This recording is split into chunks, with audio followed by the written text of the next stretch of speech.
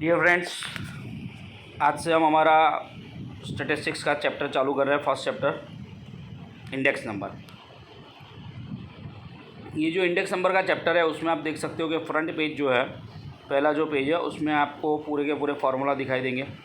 ये पूरा का पूरा जो है वो क्या है, फार्मूला है, राइट। ये सारे के सारे फार्मूला हो गए, ठीक है। तो आप अपनी नोटबुक के अंदर ये फार्मूला क्या करेंगे, लिख लेंगे, right. You have to write down this formula in your notebook. आप अपनी नोटबुक के अंदर ये सारे के सारे फार्मूला जो है उसको लिख लेंगे।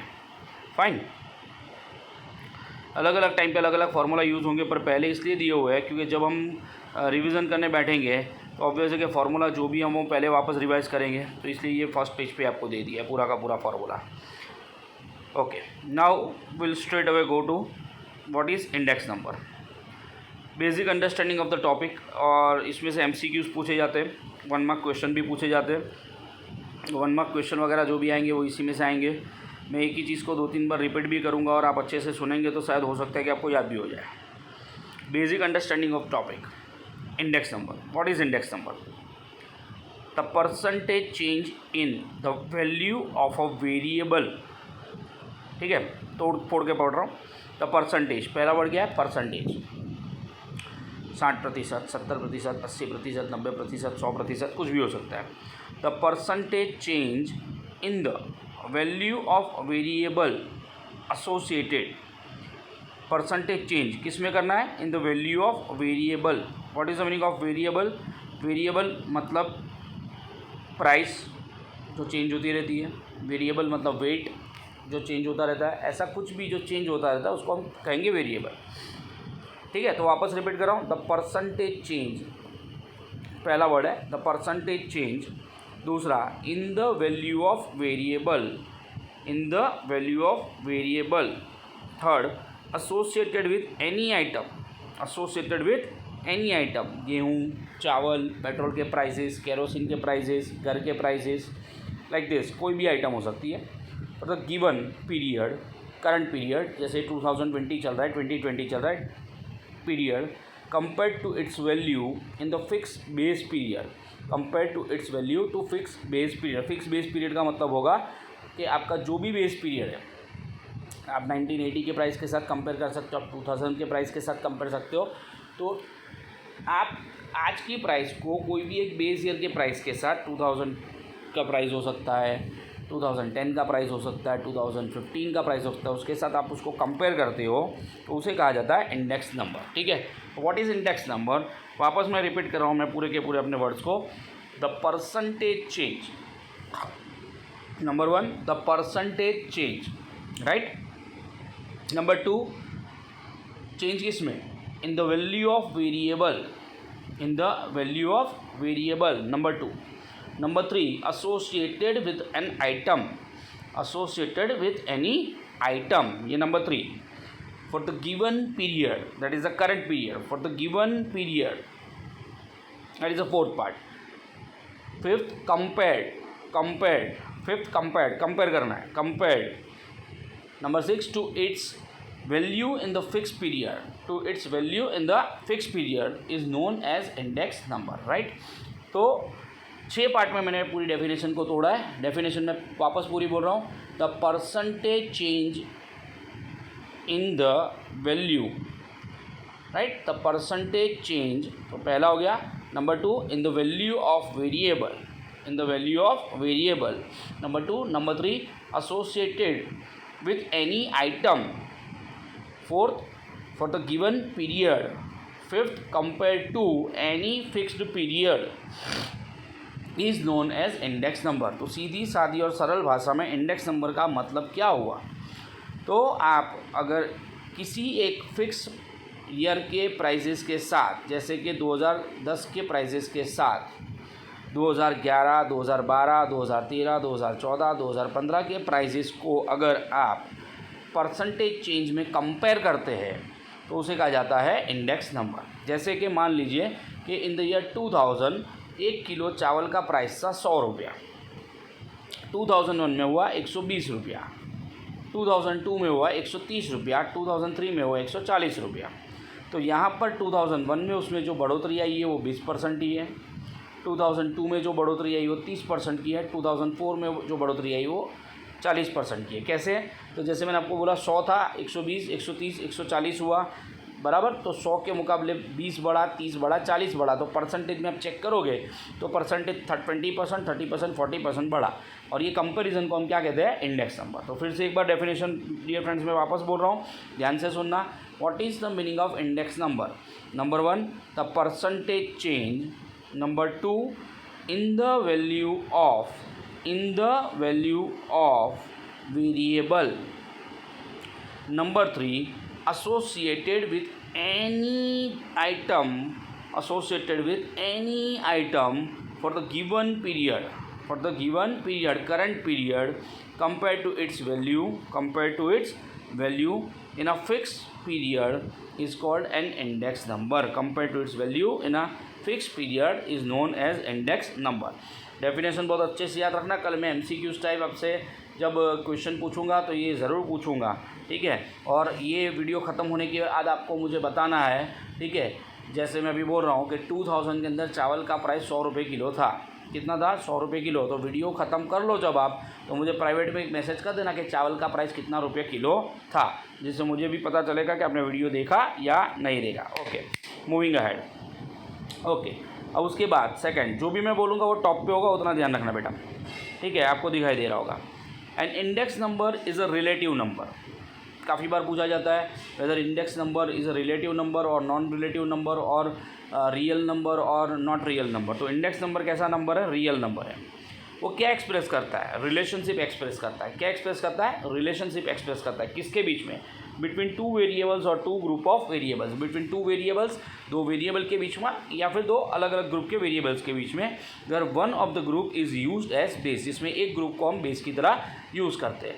तो ऊपर का डेफिनेशन था, वैसा ही एक डेफिनेशन दिया। इंडेक्स नंबर जो है वो कैसा है? रिलेटिव नंबर है। कैसा नंबर है? रिलेटिव नंबर है। उससे क्या मिलता है? एक रिलेशनशिप मिलता है। क्या मिलता है? एक रिलेशनशिप मिलता है। किसके बीच का रिलेशनशिप मिलता है? Between two variables. किसके बीच में? टू वेरिएबल्स या फिर दो ग्रुप ऑफ वेरिएबल्स के बीच का रिलेशनशिप मिलता है, जिसमें एक को आप बेस बनाओगे, राइट। अब जो डेफिनेशन है वो इन्वर्टेड कॉमा में है, ठीक है। और ये हमारे स्पिगल भाई ने दिया है। किसने दिया है? स्पिगल भाई। ये स्टैटिस्टिशियंस से इन्होंने दिया हुआ। An index number is a statistical measure. Index number जो है वो एक स्टैटिस्टिकल मेजर है, design to show changes in variable और a group of relative variables with respect to time, geographical location और अदर कैरेक्टरिस्टिक्स। घुमा फिरा के बेटा दिखा यही है, और इसमें बोल दिया कि एक स्टैटिस्टिकल मेजर है, राइट। नंबर 1 किस लिए डिज़ाइन किया गया है? तो जो इन वेरिएबल चेंजेस है उसको मेज़र करने के लिए। किसके बीच में? वेरिएबल्स के बीच में। वेरिएबल्स में क्या आ सकता है? टाइम आ सकता है। जैसे मैंने आपको बताया 2000 से लेके 2001, 2, 3, 4, ये टाइम का एग्जांपल हो गया। जियोग्राफिकल लोकेशंस होता है, अहमदाबाद में क्या है, सूरत में क्या है, दिल्ली में क्या है, राजस्थान में क्या है, तो ये जियोग्राफिकल लोकेशंस हो गया।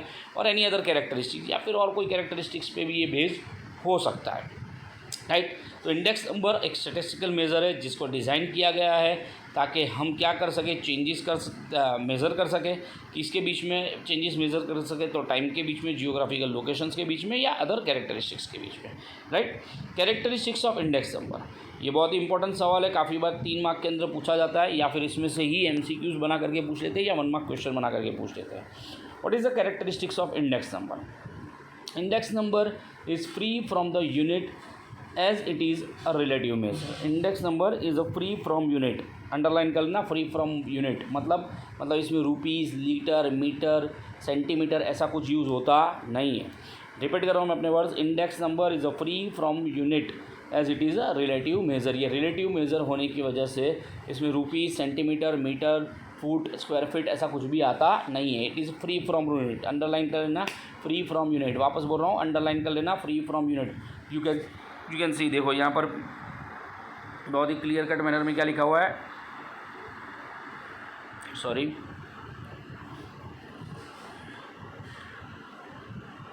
फ्री फ्रॉम यूनिट दिख रहा है, फ्री फ्रॉम यूनिट, ठीक है। Index number is free from unit, free from unit, you can see free from unit, right. तो ये इंडेक्स नंबर जो भी है उसमें कोई यूनिट यूज़ होता नहीं है। तो अगर मैं आपको ऐसा बताता हूँ कि 10 rupees whether it is index number और नॉट, तो आपका आंसर क्या होगा? No, it is not an index number. Why? Unit है। यूनिट कहाँ से आया? इंडेक्स नंबर है तो यूनिट नहीं है, और यूनिट है तो इंडेक्स नंबर नहीं है। कशिश बेटा समझ में आ रहा है? मीर भाई चांदवानी चांद पे तो नहीं पहुँच गया ना? देख रहे हो ना? समझ में आ रहा है ना? ओके स्मित भाई, आपका कंसंट्रेशन लेवल मेरे हिसाब से अच्छा होना चाहिए। रोशनी जी इसके ऊपर रोशनी डालिएगा। Free from the unit, free from the unit. Priyanshi बेटा आप पढ़ रहे हो ऐसा मान रहा हूँ, सुन रहे हो ऐसा भी मैं समझ रहा हूँ।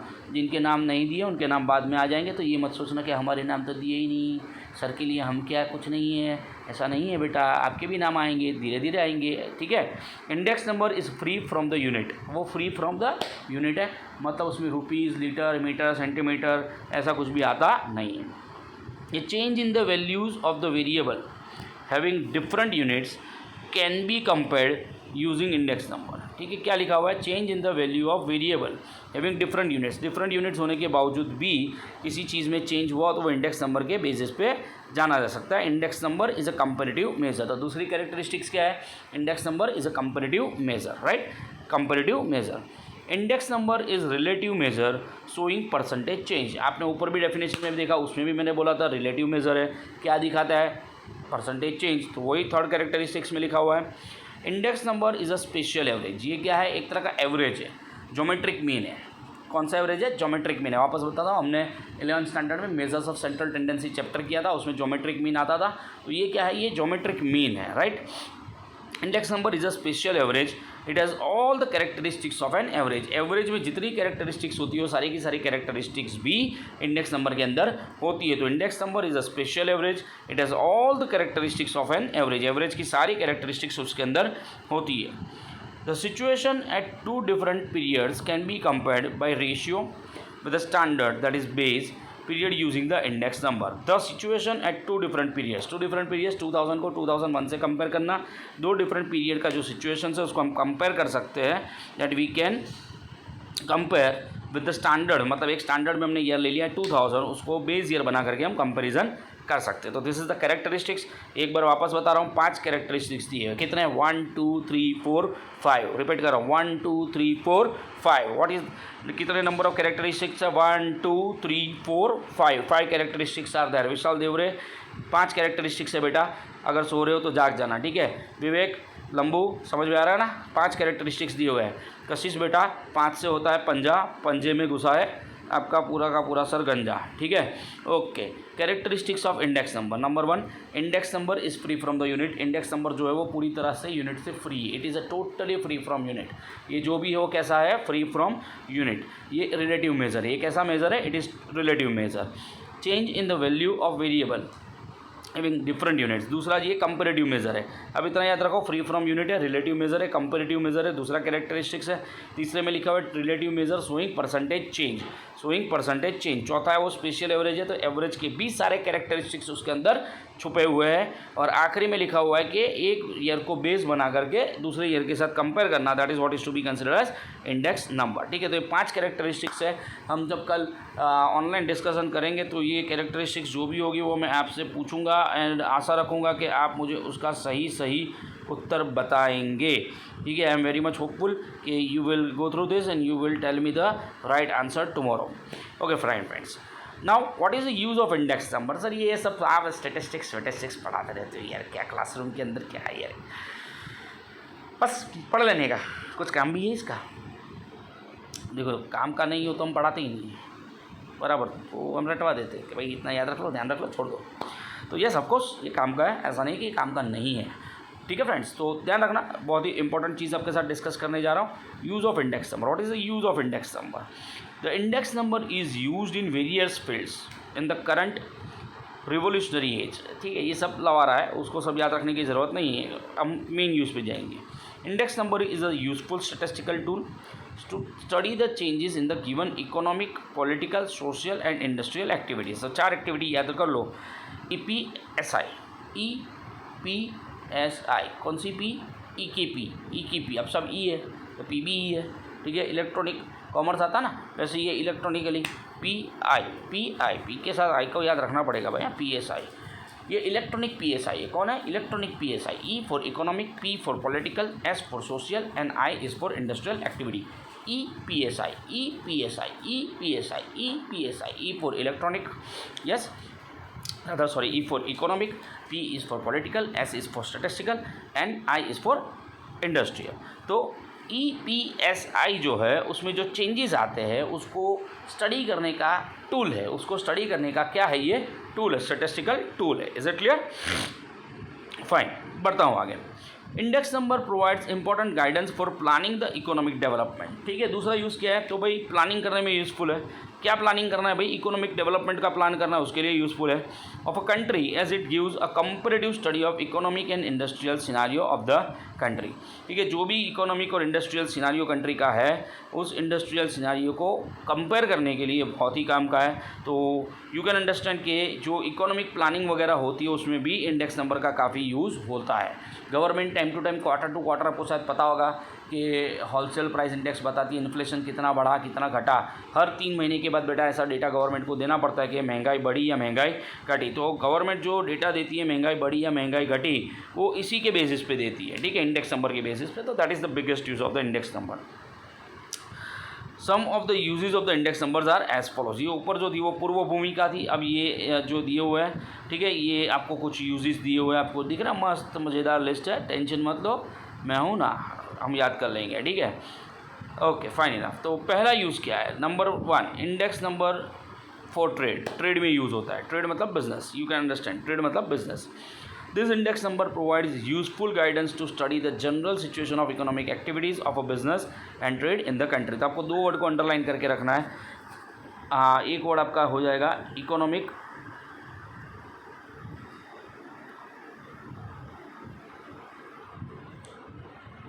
एक वर्ड आपका ये हो जाएगा economic activities of the business and trade in the country. Okay, economic activity of the business and trade in the country. तो ये कोड हो गया, बराबर, समझ में आ गया ना, एकदम मस्त ग्रीन लाइन दिख रही होगी आपको, राइट. Okay, fine. अभी दूसरे वर्ड पे चलते हैं. होलसेल प्राइस इंडेक्स नंबर, जो मैंने कहा ना, गवर्नमेंट महंगाई वगैरह जो भी होती है ना, वो महंगाई वगैरह जो भी होती है वो सब कुछ इसी से बताती है. ठीक है, महंगाई वगैरह जो भी होती है गवर्नमेंट सब कुछ जो बताती है वो, अरे यार एक ही सेकंड में आ जाएगा. ठीक है, ये उसी से बताती है. ठीक है, तो होलसेल प्राइस इंडेक्स नंबर भी इसी से पता चलता है. दिस इंडेक्स नंबर दिख रहा है ना, ये वाला part, this index number, right, sorry, हाँ, this index number measures the changes in the general price level in the country.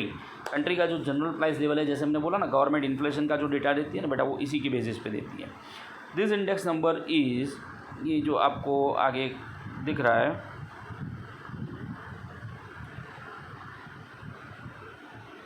Okay, fine. ठीक है, इतना सा पार्ट हम डिस्कस कर रहे हैं. This index number is useful to government. ये इंडेक्स नंबर किसको यूज़फुल है, गवर्नमेंट को यूज़फुल है, right. Producers and businessman to take policy decisions. जो भी डिसीजंस लेने होते हैं वो डिसीजंस गवर्नमेंट भी इसके बेसिस पे लेती रहती है. गवर्नमेंट में भी काफ़ी बार जो डिसीजंस लेने होते हैं वो गवर्नमेंट इसके बेसिस पे ही डिसीजन ले लेती है कि इंडेक्स नंबर के अंदर हमें कौन सी इंडेक्स नंबर के बेसिस पे कि भाई महंगाई बढ़ी है या नहीं बढ़ी है, राइट. तो गवर्नमेंट की जो भी डिसीजंस होते हैं वो भी इस बेसिस पे ही ली जाती है. इवन बिजनेसमैन जो होता है वो भी देखता है कि भाई अगर महंगाई बढ़ रही है तो हमारे एम्प्लॉयज़ वगैरह की तनख्वाह भी बढ़ानी पड़ेगी, तो हमें भी सामने चीज़ों की प्राइस महंगी करनी पड़ेगी. तो होलसेल प्राइस इंडेक्स करने के लिए काम लगता है. That is the first thing. Second thing rather, पहला था इंडेक्स नंबर फॉर ट्रेड. पहला क्या था, इंडेक्स नंबर फॉर ट्रेड. दूसरा क्या था, होलसेल प्राइस इंडेक्स. राइट.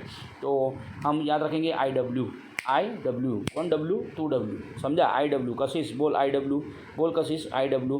ठीक है, मीर भाई आई डब्ल्यू बोलो, आई डब्ल्यू मतलब टू डब्ल्यू. ठीक है, डब्ल्यू कहाँ रखा जाता है वो बाद में आप देख लेना, डब्ल्यू को कहाँ रखते हैं आप सोच लेना, मेरे को ज़्यादा बोलने की जरूरत नहीं है ना, समझदार लोग हो आप लोग. Okay, this index number measures the changes in the general price level in the country. This index number is useful to the government, producers and businessmen to take policy decisions such as knowing the demand and supply of items in the economy, estimating the future values and planning the future. ठीक है, future को plan करने में भी ये काम लगता है. The reserve bank of India uses this index numbers to take necessary steps to control inflation. Reserve bank of India को भी जो डिसीजंस लेने होते हैं कि भाई इंटरेस्ट रेट बढ़ाया जाए, इंटरेस्ट रेट घटाया जाए वगैरह वगैरह के लिए भी ये इंडेक्स नंबर ही काम लगता है, राइट। तो using the wholesale price index number the rate of inflation is found as follows. जो गवर्नमेंट होलसेल प्राइस का जो इन्फ्लेशन ढूंढती है वो कैसे ढूंढती है, वो इस फार्मूला पे ढूंढती है। देखो क्या फार्मूला लिखा हुआ है, rate of inflation is equal to wholesale index number of current year. देखो इतना कॉमन है, होलसेल इंडेक्स है ना, ऊपर कॉमन है, उसके बाजू में कॉमन है, नीचे कॉमन है, सब में कॉमन है, ठीक है। पहला करंट, फिर प्रीवियस और नीचे प्रीवियस, करंट प्रीवियस नीचे प्रीवियस, करंट माइनस प्रीवियस नीचे प्रीवियस, करंट माइनस प्रीवियस नीचे प्रीवियस, करंट माइनस प्रीवियस नीचे प्रीवियस, करंट माइनस प्रीवियस नीचे प्रीवियस, दिख रहा है। Wholesale index number of current year minus wholesale index number of previous year divided by wholesale index number of the previous year into 100। जैसे ही आप ये करोगे आपको क्या मिल जाएगा, रेट ऑफ इन्फ्लेशन। क्या मिल जाएगा बेटा, रेट ऑफ इन्फ्लेशन। क्या मिल जाएगा बेटा, rate of inflation. Wholesale index number common है, वो ऊपर दोनों जगह लिखा है। फिर current year minus previous year दिख रहा होगा, दिख रहा है, yes. Divided by previous year दिख रहा होगा, दिख रहा है, यस।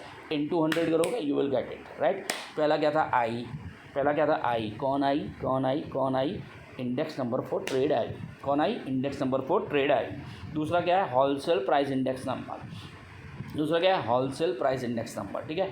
तो हम यूजेस पढ़ रहे हैं, भूल मत जाना। पहला यूज़ आपने जो देखा वो इंडेक्स नंबर फॉर ट्रेड देखा, दूसरा देखा होलसेल प्राइस इंडेक्स नंबर। अब तीसरे पे चलते हैं, cost of living index number. तीसरा यूज़ किया उसका, cost of living index number ढूंढना। This index number is useful to study the change in the cost of living of people of different sections. This index numbers helps to determine purchasing power of money. किस में वो helpful होता है, to determine purchasing power of money, right. Money का जो purchasing power है वो पहले के मुकाबले ज़्यादा है या कम है, वो अगर हमको देखना तो उसमें ये यूज़फुल हो जाता है।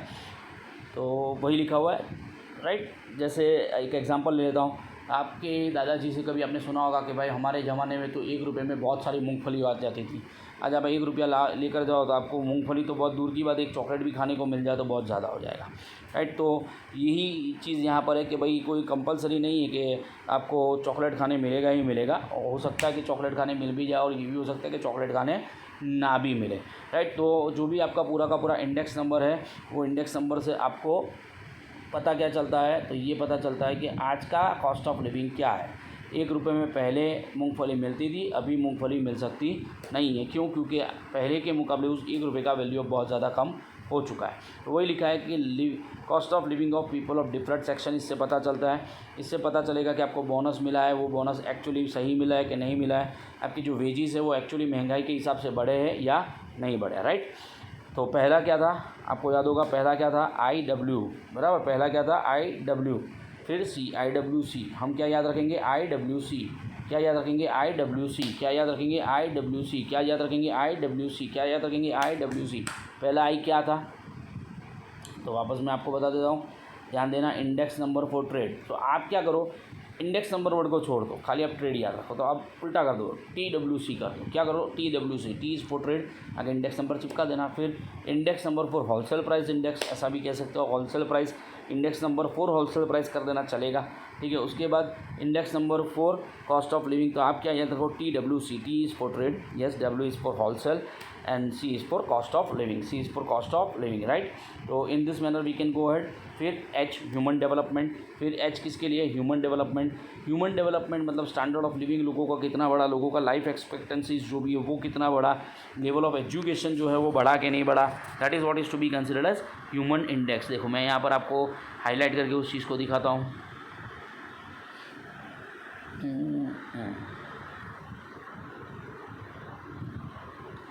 ओके, ये अंडरलाइन हो गया, standard of living, life expectancies and level of education and its give information about human resource development, right. तो पहला था T ट्रेड, दूसरा था W होलसेल, तीसरा था C कॉस्ट ऑफ लिविंग, चौथा आया H ह्यूमन डेवलपमेंट, चौथा आया H ह्यूमन डेवलपमेंट। चलो आगे बढ़ते हैं, नेशनल इनकम। नेशनल इनकम में कैसे काम लगता है, this index number is useful to evaluate economic conditions of the country and to determine targets of the 5-year plans by government.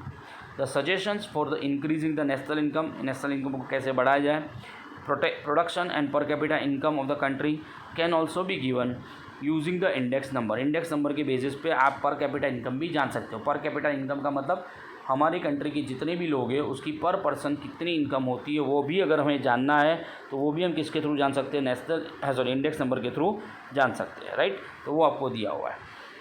उसके बाद आता है index number for industrial production. Industrial production के लिए भी उसका यूज़ होने वाला है। कैसे यूज़ होगा, उसके थ्रू हम इंडस्ट्रियल एंड क्राफ्ट फील्ड जो उसके बारे में जान सकते हैं और इंडस्ट्रियल प्रोडक्शन को प्लान कर सकते हैं।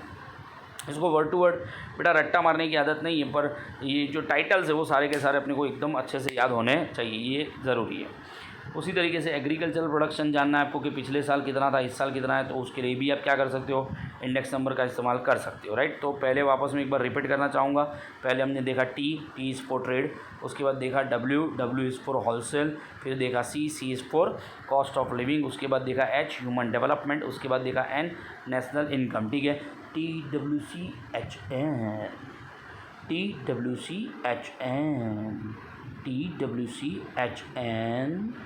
TWCHN तेरा वो कॉस्ट हमको नहीं भाता, तेरा टी वो का वो डब्ल्यू, कॉस्ट का सी, हमको का एच, नहीं भाता का एन, तेरा टी हमको डब्ल्यू, कॉस्ट का सी, नहीं भाता का एन, और आखिरी में, अरे बीच में भूल गया, एच, और फिर आखिरी में एन। अभी बाकी है, पर पहले इतना तो याद रख ही लेना, तेरा वो कॉस्ट हमको नहीं भाता, बराबर, तेरा वो कॉस्ट हमको नहीं भाता, ठीक है। Index number of industrial production, तो आगे इंडस्ट्रियल प्रोडक्शन बढ़ा है, तेरा वो कॉस्ट हमको नहीं फाता, इंडस्ट्रियल प्रोडक्शन से एग्रीकल्चरल प्रोडक्शन पे जाके, इंडस्ट्रियल प्रोडक्शन से एग्रीकल्चरल प्रोडक्शन पे जाके तेरे लिए हम इंपोर्ट एक्सपोर्ट करके लाता, तेरे लिए हम इंपोर्ट एक्सपोर्ट करके लाता, एम्प्लॉयमेंट बढ़ाता और कैपिटल बढ़ाता, तभी जाके तो रॉ मटेरियल घर पे आता। इंपोर्ट एक्सपोर्ट बढ़ाता, एम्प्लॉयमेंट बढ़ाता, कैपिटल इन्वेस्टमेंट बढ़ाता, तभी जाके तो रॉ मटेरियल घर पे आता, बराबर। तो याद तो करना पड़ेगा ना, तो याद करने का कुछ ना कुछ तरीका भी तो लेना पड़ेगा भाई। तो वापस मैं बोल रहा हूँ, तेरा वो कॉस्ट हमको नहीं भाता, तेरा टी ट्रेड, वो डब्ल्यू होलसेल, कॉस्ट का सी, बराबर, फिर वो तेरा वो कॉस्ट हमको का एच, ह्यूमन डेवलपमेंट नहीं हमको नहीं फाता, नेशनल इनकम, और इंडस्ट्रियल प्रोडक्शन के साथ एग्रीकल्चरल प्रोडक्शन भी हम घर पे लाता। कैसे? इंपोर्ट और एक्सपोर्ट के थ्रू, जिससे एम्प्लॉयमेंट बढ़ाता, कैपिटल बढ़ाता और वहीं से रॉ मटेरियल लाता, ठीक है। तो अब इसको वापस बता रहा हूँ। पहला तेरा, टी वो, डब्ल्यू कॉस्ट, सी हमको, एच नहीं फाता छोड़ देने का, हाँ, जिससे नेशनल इनकम आता, इंडस्ट्रियल प्रोडक्शन बढ़ाता, एग्रीकल्चरल प्रोडक्शन बढ़ा के इंपोर्ट एक्सपोर्ट के थ्रू हम लाता, जिससे एम्प्लॉयमेंट बढ़ता, कैपिटल बढ़ता और रॉ मटेरियल लाता, बराबर। तो हम वापस पूरा का पूरा बोल रहे हैं, ध्यान से सुनना आप क्या क्या मैं बोल रहा हूँ। पहले तेरा का टी ट्रेड, तेरा वो डब्ल्यू से आएगा होलसेल, कॉस्ट सी, तेरा वो कॉस्ट मतलब trade, wholesale, cost of living, बराबर। पहला ट्रेड, फिर दूसरा होलसेल प्राइस, तीसरा कॉस्ट ऑफ लिविंग, एच तेरा वो हमको, हम एच ह्यूमन डेवलपमेंट नहीं खाता छोड़ दो, नहीं का एन ले दो, नेशनल इनकम आ जाएगा, नहीं खाता, जिससे इंडस्ट्रियल प्रोडक्शन आता, तो इंडस्ट्रियल प्रोडक्शन आ गया, एग्रीकल्चरल प्रोडक्शन लाता, एग्रीकल्चरल प्रोडक्शन आ गया, किससे लाता, इंपोर्ट एक्सपोर्ट से लाता, तो इंपोर्ट एक्सपोर्ट आ गया, जिससे हमारा कैपिटल बढ़ता, एम्प्लॉयमेंट बढ़ता और रॉ मटेरियल आता, तो आपका एम्प्लॉयमेंट, कैपिटल, रॉ मटेरियल भी आ गया। आशा रखता हूँ कि आपको यूजेस जो भी है वो याद रह गए होंगे, और याद नहीं हुए हो तो प्लीज़ उसको और 2 बार सुन लीजिएगा, याद हो जाएगा। Thank you. ओके, अब हम चलते बेटा बेस ईयर पे। बेस ईयर में क्या आता है उसको देखते हैं। जिस ईयर को हम फिक्स कर देते हैं, या जिस ईयर के कंपैरिजन में दूसरे ईयर का चेंजेस गिनते हैं उसको बोलते हैं बेस ईयर, उसको हम क्या बोलते हैं बेस ईयर, ठीक है, उसको हम क्या बोलते हैं base year. The construction of index number, the value of variable for the current period is compared with the value of variable of fix period, ठीक है। तो जो बेस ईयर है मतलब वो सिंपल है कि वो जो पर्टिकुलर ईयर का पकड़ लोगे तो that is what is to be considered as base year. बराबर, जिस ईयर के 2000 के कंपैरिजन में अगर मैं बाकी ईयर्स को चेक करने वाला हूँ तो 2000 मेरा बेस ईयर है, ठीक है, उसको मैं चेंज नहीं करूँगा, बाकी सारे ईयर को मैं चेंज करता जाऊँगा, that is what is base year. Is it clear? तो उसको मैं अंदर से नहीं पढ़ रहा हूँ, अगर आप पढ़ो और आपको कोई प्रॉब्लम है तो यू मस्ट आस्क मी, ठीक है। एक नीचे एग्जाम्पल दिया हुआ है, let's go through the example. For example, if the price of an item in the year 2016 is to be compared with the price of the same item in the year 2015, the year 15 is called the base year and the year 2016 is called the current year। बराबर, simple है। 2016 को compare कर रहे हैं, किसके साथ कर रहे हैं? 2015 के साथ, तो 15 को बेस कहेंगे और 16 को क्या कहेंगे? Current year, right. तो यहाँ पर से दो मेथड शुरू होती है कैलकुलेशन की, तो दोनों मेथड जो भी है वो मैं नेक्स्ट वीडियो में डिस्कस करूँगा। उससे पहले एक छोटा सा रिवीजन जो भी है वो मैं आपके साथ ज़रूर करना चाहूँगा। तो फ्रेंड्स, जितना हमने किया उसको एक बार रिवाइज कर लेते हैं। What is index number? Number 1, percentage change in value of variable. Number 1 is percentage change. Number 2, value of variable. Number 3, associated with any item. Number 4, for the given period. Number 5, compared to the fixed period. That is what is known as index number, right? और relative measure है। characteristics में पहला ही characteristics है free from unit, कोई unit उसमें use होता नहीं है। दूसरा कैरेक्टरिस्टिक्स है, दूसरे कैरेक्टरिस्टिक में बोला वो कंपैरेटिव मेजर है, तीसरे में बोला रिलेटिव मेजर है और परसेंटेज में हमेशा दिखाया जाता है, चौथे में बोला वो एवरेज है और उसमें सारे के सारे एवरेज के कैरेक्टरिस्टिक्स है।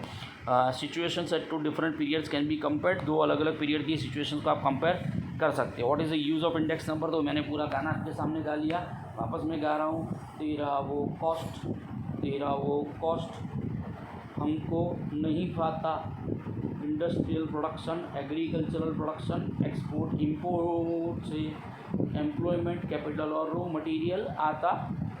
बराबर, तो तेरा का टी ट्रेड, तेरा वो wholesale price, cost of living हमको नहीं पाता तो हम ह्यूमन डेवलपमेंट इंडेक्स, नहीं का एन नेशनल इनकम, फिर तो सीधा नेशनल इनकम से जंप करके industrial production, agricultural production, import export, employment, capital और रॉ मटेरियल, ठीक है। तो इन सब के आगे आप इंडेक्स नंबर लगा देना, आपका यूज़ जितने भी ये सारे के सारे पॉइंट्स हो जाएंगे।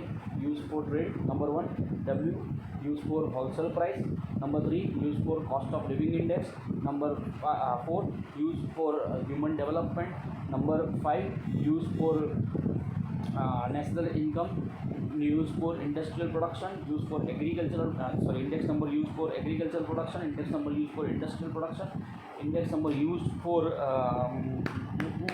employment, index number used for capital and index number used for raw material, right? तो ये आपका पूरा का पूरा जो वो हो जाएगा। उसके बाद हमने बेटा देखा क्या, what is base year and what is current year, right. तो जिस ईयर के कंपैरिजन में हम बाकी सब कुछ देखते हैं that is what is base year, और बाकी को बोलेंगे करंट ईयर। जैसे यहाँ पर दिखा 2016 को कंपेयर करना किसके साथ, अपने को 2015 के साथ, तो 15 जो है वो बेस ईयर और 16 जो है वो करंट ईयर है। दो मेथड है, वो दो मेथड मैं आपके साथ दूसरे वीडियो में आपके साथ डिस्कस कर रहा हूँ। Thank you for watching this video. और ऑब्वियसली मैं ये यूट्यूब पे डाल रहा हूँ तो चैनल को लाइक करना, चैनल को सब्सक्राइब करना मत भूलना। और अगर आपको कमेंट्स भी लिखने हैं तो आप मुझे पर्सनल में भी लिख सकते हो या यूट्यूब के कमेंट बॉक्स में भी लिख सकते हो। और अगर आपको इसमें कुछ नहीं समझ में और आपको पूछना हो तो कल तो मैं आपके साथ लाइव सेशन में 6 बजे ज्वाइंट हो ही रहा हूँ, तब भी पूछ सकते हो। उससे पहले भी पूछना हो तो आप इवन कमेंट के अंदर डालोगे तो कमेंट के अंदर भी मैं आपको उसका आंसर देने की कोशिश करूँगा। But definitely we will meet tomorrow at 6 o'clock live in the evening. Okay, best of luck, go through this video. और मैंने बीच में एक सवाल पूछा था, वो मत भूल जाना। मैंने पूछा ये था कि इन द ईयर 2000 1 किलो चावल का प्राइस क्या था। अगर ये वीडियो आपने सुनी होगी तो आपको याद होगा। तो फिर से बता रहा हूँ, वो आंसर मुझे प्राइवेटली भेजना मत भूलना, मुझे पता चलेगा कि आपने मेरा वीडियो सुना या ये नहीं सुना। Thank you very much for